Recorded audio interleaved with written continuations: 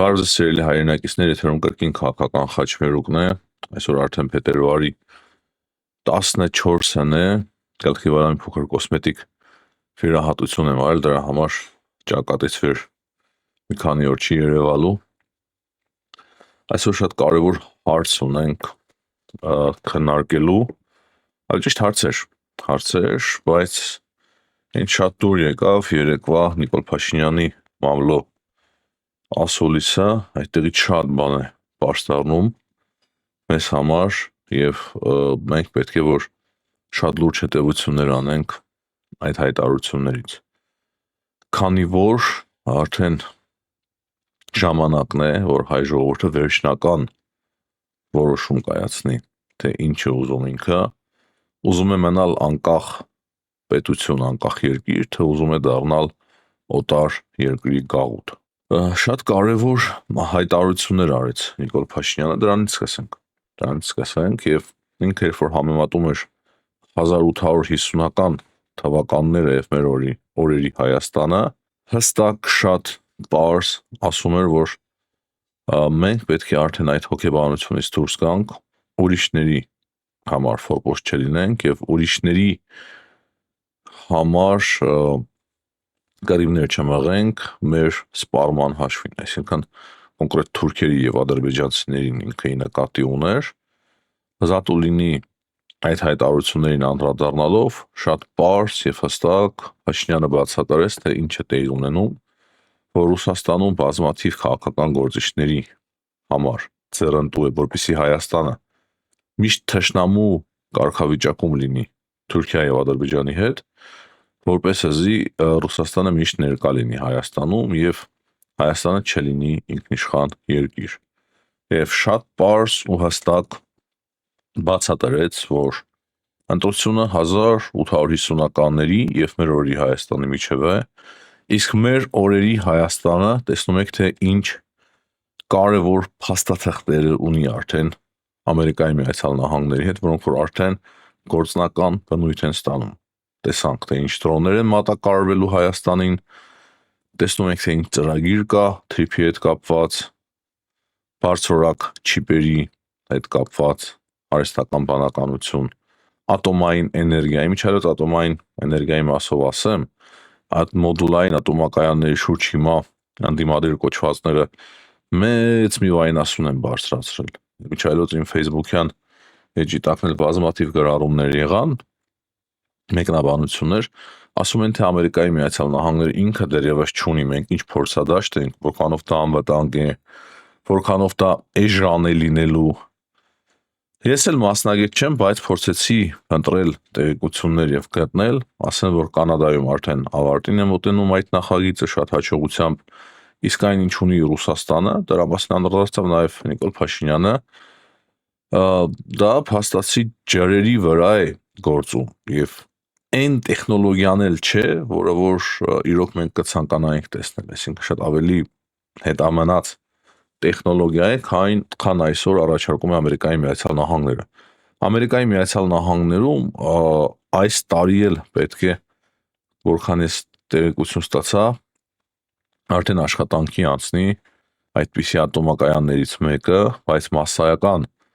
դրա քաղաքացիական արտադրությունը կսկսվի 30 թվականներից հետո ու դա նշանակում է, որ մինչև Ամերիկայի Միացյալ Նահանգներում չլինի մասսայական արտադրություն այդ մոդուլային ռեակտորների, ապա այն Հայաստանում դժվար թե լինի։ Դրա համար էլ վերցված է մինչև 36 թվականը, երբ որ մեծամորը այսօրվա լիցենզիայով այլևս իրավունք չի ունենալու օգտագործվել։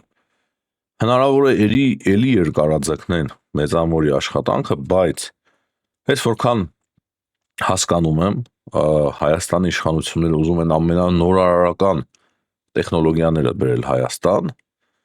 և այն երբ որ արդեն կսկսվի մասսայական իրականացվել Ամերիկայի Միացյալ Նահանգներում, դրանից հետո արդեն Հայաստանում ևս կհայտնվեն այդ մոդուլային ատոմակայանները։ Այսինքն շատ հստակ է, որ ոչ մի փորձադաշտ Հայաստանը չի դառնա։ Հույսով եմ պարզ էր այսքանը։ Այսինքն վաղվա ընտրությունները, որոնք որ կայանալու են Հայաստանում հունիսին, ընտրություններ լինելու հստակ նախկին Հայաստանի եւ ապագա Հայաստանի միջև, անկախ Հայաստանի եւ ինքնիշխանություն չունեցող Հայաստանի միջև։ Ցանկություն չունեմ հակապիարով զբաղվել որևիցե ուժի կամ քաղաքական կուսակցության։ Բնականաբար նաև կցանկանայի, որ Հայաստանի խորհրդարան մտնեին ժողովրդավարական մնացած կուսակցությունները, որոնք որ չեն ցանկանում, որ Հայաստանը դառնա Ռուսաստանի վասալ պետություն, բայց հաշվի առնելով իրականությունը, ես կարծում եմ, որ այն կուսակցությունները ամենայն հավանականությամբ հնարավորություն չունեն հաղթահարելու այդ շեմը, ցավով եմ սա նշում, եւ դրա համար հիմնական պայքարը ծավալվելու է ռուսական կողմնորոշում ունեցող ռուսական ազդեցության տակ եղած ուժերի եւ Նիկոլ Փաշինյանի կողմից ղեկավարած ուժի միջև։ Բայց Փաշինյանը խոստանում է, որ այս ընտրություններով դաշտը կմաքրվի եւ այդ ուժերը այլևս չեն մասնակցի ապագայում խորհրդարանական ընտրությունների։ Ոչ նախկին նախագահները, ոչ օլիգարխները ապագայում չեն մասնակցի խորհրդարանական ընտրությունները։ Ահա այստեղ ես մի փոքր կասկածանքով եմ վերաբերվում իր խոսքերին, ինչպես եթե վաղվա անդիմությունը կրկին իրենք են լինելու, ինչպես հաջորդ ընտրություններին այլևս նրանք չեն լինելու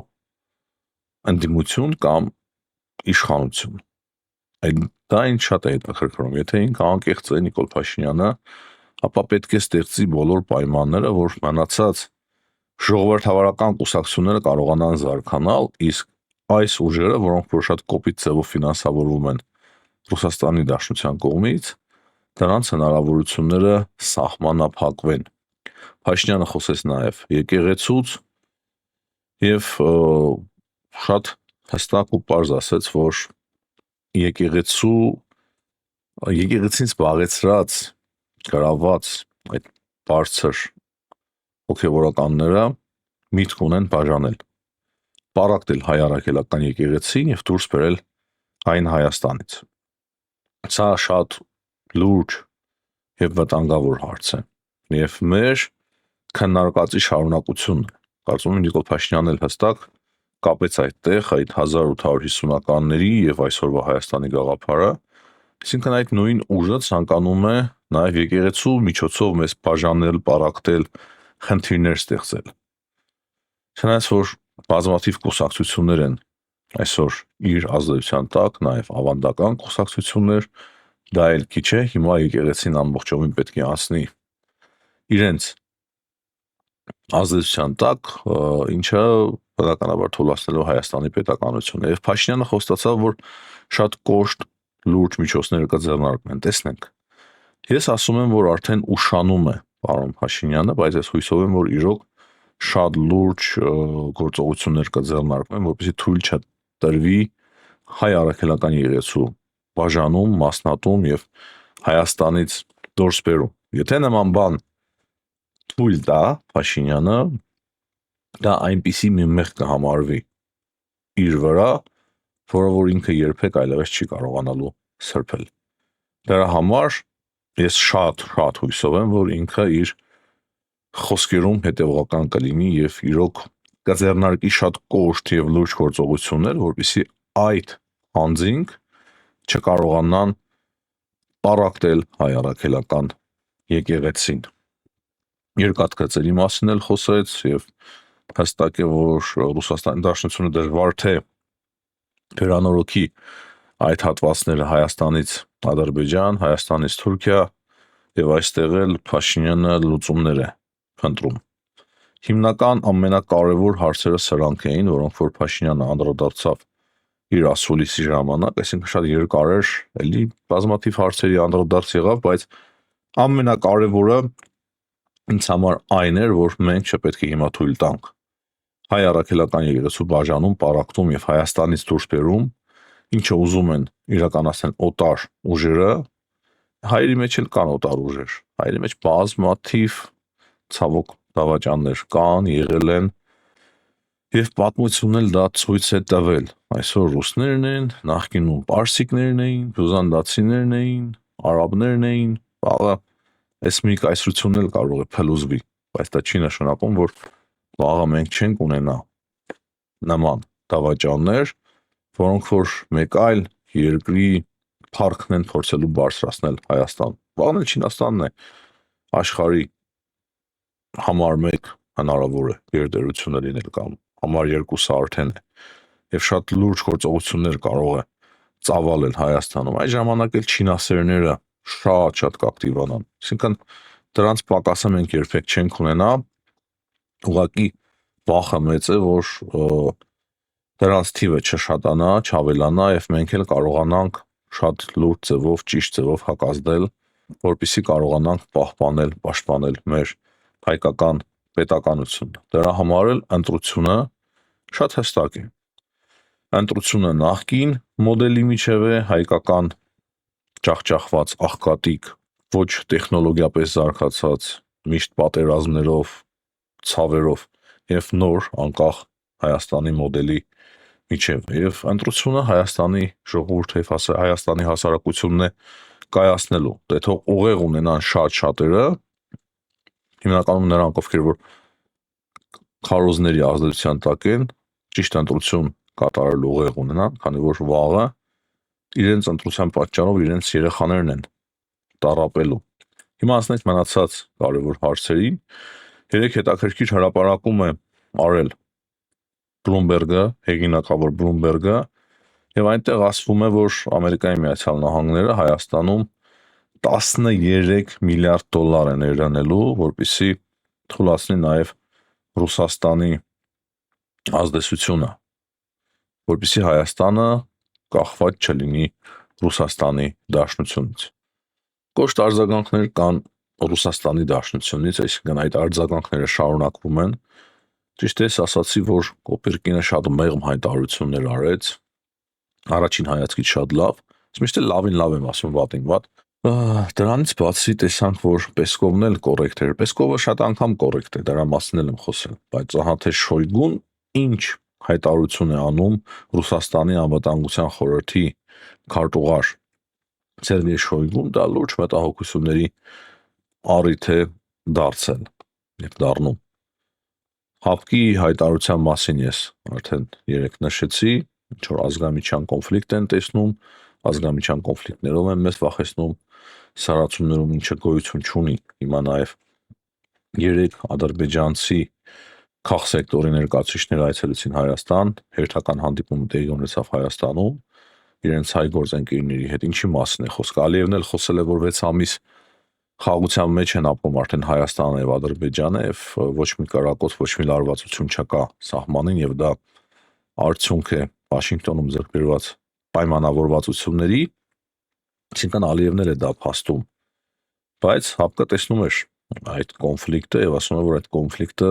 կսրվի, խնդիրներ կլինի, պատերազմ կլինի։ Իսկ Շոյգուն ինչ է ասում։ Ես հերվից եկա, որ Շոյգուի ասածը հասկանանք, ինքը կոնկրետ խոսում է այդ մոդուլային ատոմակայանների մասին, ասելով, որ այն միջուկային անվտանգության նոր եւ լուրջ ռիսկեր է ստեղծում Հայաստանի համար։ Շոյգուն ասում է, որ Հայաստանը սեյսմիկ ակտիվ տարածաշրջան է, ու ասում է, որ խորհրդային ինժեներները շատ լուրջ աշխատանք էին տարել եւ դա փաստացի ապացուցվեց նաեւ 88 թվականին երկրաշարժի ժամանակ, բայց հստակ է, որ սպառնում է, ասում է, որ նոր ռիսկեր է ստեղծում, նոր ատոմակայանը, նոր խնդիրներ է ստեղծում եւ իրենք կբողոքեն, իրենք ձայնը կբարձրացնեն։ Դա է փաստացի ասածը նրա եւ սա էլ ես որպես սպառնալիք կարող եմ դիտարկել։ Սախարովայի ասածին էլ չանդրադառնամ, երեք խոսեցինք այդ մասին, դրանից հետո նրա թեզերը արդեն 2 օր է այդ քաղաքական դաշտը Ռուսաստանի շահերը սպասարկող եւ շատ ովքեր որ չեն հասկանում, որ դա այդպես է, այդ թեզերն են օգտագործում, թե միակ ցույց տվեք, թե որտեղ ունի Ամերիկայի Միացյալ Նահանգները այդ մոդուլային ատոմակայանները։ Ինչքան ուզում ես բացատրել, եթե չեն ուզում հասկանալ, չեն հասկանա։ 10 տարի ունենք մենք, որպեսզի անցնենք այդ տեխնոլոգիաներին։ 10 չասեմ, քանի որ 36 թվականին արդեն կարող է փակվել մեծ ամուրը, ապա մոտ 7 տարի, 6-ից 7 տարի ունենք, իսկ 6-ից 7 տարի հետո Ամերիկայի Միացյալ Նահանգներում մենք կտեսնենք բազմաթիվ այդպիսի մոդուլային ատոմային ռեակտորներ, բազմաթիվ, եւ դրանից հետո նոր կանցնենք դրանց շինարարությանը։ Մինչև Ամերիկայի Միացյալ Նահանգները չունենա, դժվար թե մեզ մոտ կան եւ մոդուլային ատոմակայաններ կառուցեն։ Մի երկու կարևոր հարց եւս քննարկենք Հայաստանին վերաբերող։ Շատ կարևոր հայտարարություն է արել Արմեն Գրիգորյանը, ասելով, որ Հայաստանը ցանկանում է, որ Եվրամիության դիլորթական առաքելությունը մնա Հայաստանում։ Լավ հայտարարություն է, կարծում եմ երկար կենտրոնալ պետք չէ այս հարցի վրա։ Ադրբեջանը ուզում է, որ դուրս բերվի, շատ էին ցանկանում, նույնիսկ խաղաղության պայմանագրի մեջ են այդ կետը մտցրել, գիտեք, բայց վերջերս շատ չեն խոսում դրա մասին, քանի որ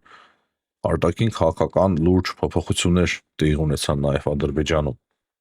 Եվ մեկ կարևոր այլ տեղեկություն, որը որ ավելի շատ է ուրախացնում ինձ, դա այն է, որ Թուրքիայի եւ Հայաստանի միջև կսկսվի առևտուր Վրաստանի տարածքով։ Այդ մասին հաղորդել է թուրքական T24 լրատվամիջոցը, եւ ըստ այդ լրատվամիջոցի Հայաստանը եւ Թուրքիան Վրաստանի տարածքով ուղիղ ցամաքային առևտուր կսկսեն։ Լավ լուր է, բայց հույսով ենք, որ շատ շուտ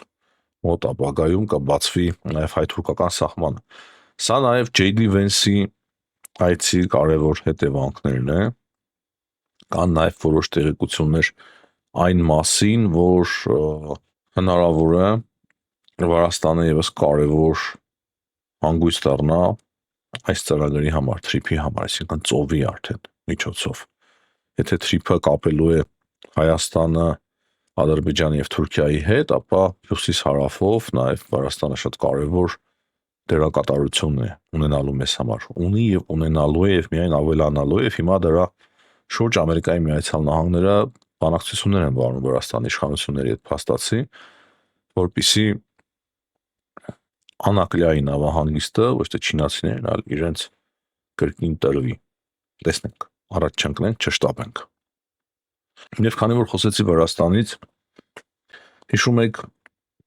հայտարարություն կար Ռուսաստանից, թե շուտով նաև Աբխազիայով ճանապարհ կբացվի դեպի Հայաստան։ Ես ասում եի, որ դա աբսուրդ է։ Ուղղակի աբսուրդ է այդ ամենը, ու ահա մենք ունենք հաստատումը։ Վրաստանի խորհրդարանի նախագահ Շալվա Պապուաշվին հայտարարել է, որ Ռուսաստանի Դաշնության հետ որևիցե բանակցություններ Աբխազիայի երկաթգծի վերաբերյալ չեն վարվում։ Ինչ վերաբերվում է Ռուսաստանի հետ հարաբերությունների հաստատմանը, ապա նա ասում է, Վրաստանը շատ փոքրիկ պայման ունի, պահանջ ունի Ռուսաստանից, ճիշտ ասած փոքրիկ չէ, բայց այդպես է ինքը ասում, որ Ռուսաստանը պետք է ճանաչի Վրաստանի տարածքային ամբողջականություն, այսինքն հրաժարվի Աբխազիայի եւ Օսեթիայի ճանաչումից եւ օկուպացիայից, ինչը չեմ կարծում, որ Ռուսաստանի Դաշնությունը կանի։ Վրաստանում են դա շատ լավ հասկանում, ու լավ որ դիրքորոշումը անփոփոխ է Վրաստանի իշխանությունների, եւ չեմ կարծում, որ փոփոխություն էլ կարի, սա այնպիսի մի հարց է, որ դժվար թե այդտեղ փոփոխություններ լինեն։ Երեք նաեւ Ադրբեջանի ազգային անվտանգությունը հետաքրքիր նոր մանրամասներ հրապարակեց, թե ինչպես ուզում էին Ադրբեջանում իշխանափոխություն իրականացնել Արիմ Կերիմլի գործով Ռուսաստանի ադրբեջանցիների միության կազմակերպությունը ինչպես էր ուզում հեղաշրջում իրականացնել Ադրբեջանում, որպեսզի Ադրբեջանը փոխի իր արտաքին քաղաքականությունը եւ ապագայում նաեւ ԱՊԿ-ին անդամակցեր։ Հետաքրքիր զուգադիպությամբ է այդ հրապարակումը տեղի ունենում, քանի որ մենք տեսանք ԱՊԿ-ից այդպիսի հայտարարություններ։ Եվ դրանից բացի կարծում եմ շատ կարևոր է, որ մենք անդրադառնանք նաեւ Մյունխենում տեղի ունեցող այդ մեծ կոնֆերանսին։ Անցած տարի հիշում եք, այդ կոնֆերանսի ժամանակ JD Vance-ը իր ելույթով փաստացի մեծ տարաձայնություններ առաջացրեց Եվրոպայի եւ Ամերիկայի Միացյալ Նահանգների միջեւ, այդպես ասենք։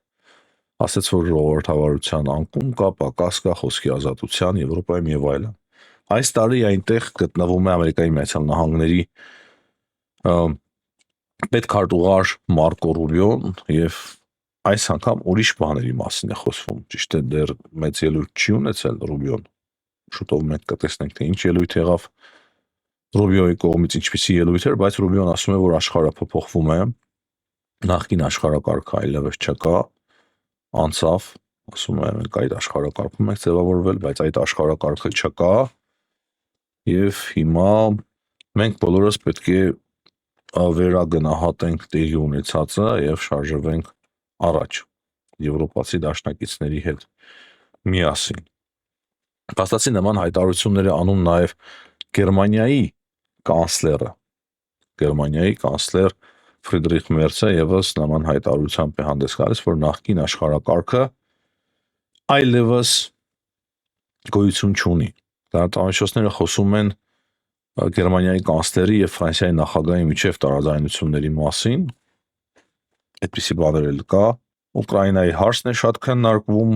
Մակրոնի դիրքորոշումների մեջ նաեւ փոփոխություններ փոքրիկ նկատեցի, սկսել են արդեն երկխոսել ֆրանսիացիները Ռուսաստանի հետ եւ մի փոքր երևս զգուշավորություն են սկսել դերսևորել Ուկրաինայում զորք տեղակայելու վերաբերյալ։ Մի քանի խոսքով անդրադառնամ, թե ինչ կա Ամերիկայից եւ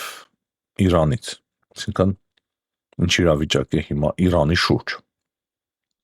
Թուրքիան շատ ակտիվ փորձում է բանակցողի միջնորդի դերակատար ստանձնել եւ ասում է, որ Հակամ Ֆիդանը ասում է, որ Ամերիկայի Միացյալ Նահանգների հետ բանակցությունները ընթանում են եւ հնարավոր է եւ Ամերիկայի Միացյալ Նահանգները հրաժարվեն իրենց պահանջներից, որպեսզի Իրանը չհրաժարվի ամբողջովին ուրանի հարստացումից։ Մի քիչ տարօրինակ հայտարարություն է, թուրքերը չեն ուզում, որ պատերազմը տեղի ունենա, ինչ ասես չեն ասում, բայց իրականությունը այն է, որ դերեք նաեւ Թրամփը հրապարակեց ամենամեծ Ամերիկայի Միացյալ Նահանգների ավիակիրն է հիմա էլ մոտենում Մերձավոր Արևելքին։ Նույնիսկ երրորդ ավիակիրի մասին էլ խոսք կա, Ջորջ Բուշ ավիակիրի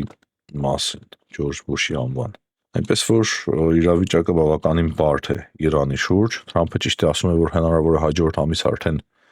պայմանավորվածություններ ձեռք բերվեն Իրանի եւ Ամերիկայի Միացյալ Նահանգների միջև, բայց այսօր նաեւ Պոլիտիկոն է գրել այն մասին, որ հնարավոր է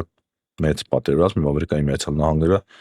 պատրաստվում են երկարատև եւ ավելի լուրջ պատերազմի Իրանի հետ։ Հիմնականում այսքանը, սիրելի հայրենակիցներ, հաջողություն եմ մաղթում բոլորին, ցտեսություն, կհանդիպենք։